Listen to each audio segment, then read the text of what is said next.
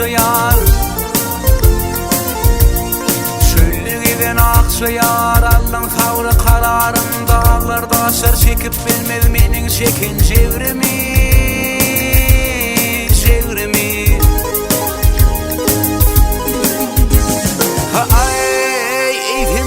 El vermeyen kaçıp görmen doğru mu? Ötün akşam düşümde göğemin huşumda, gördüm seni karşımda yefir eden akçayar. Men dağı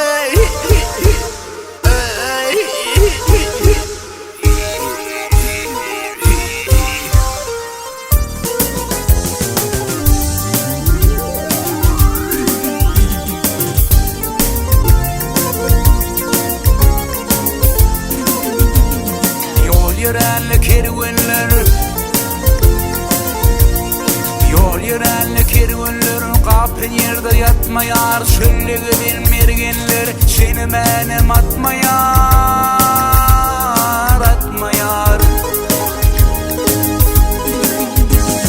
Ay, üstündeki ağır günler men başımdan ötmeyer. Canım edip pidağı yalvarıp men Hudayı, ömrümü türdüm gayı sana diyen akçayar. Men dağı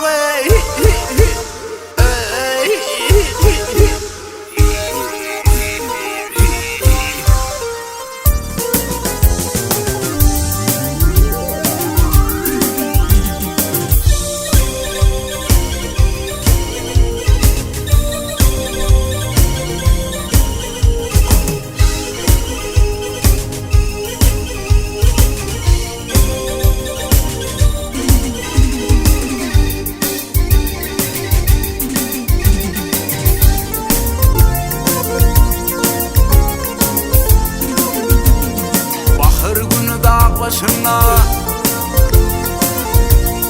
bahar günü dağ başına, lemmer lemmer bulutlar bulut oynar, yıllarımdan çakışı dek çalıklar.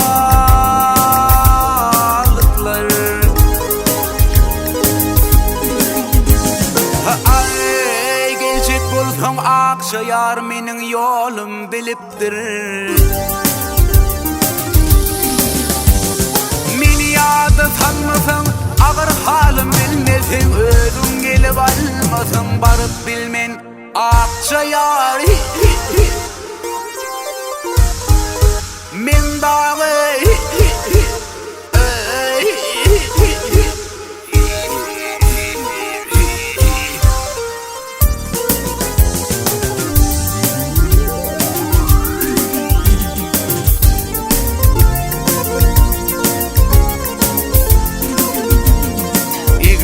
kızıl keten,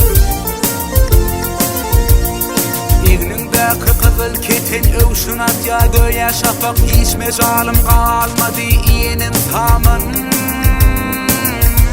kepek.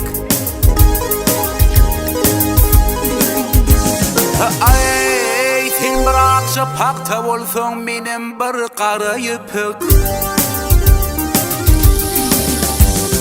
Gelikimiz koşulup yazılıp hem şüşülüp, ak pamuk değişilip yaşasılı akçayar. Men dağı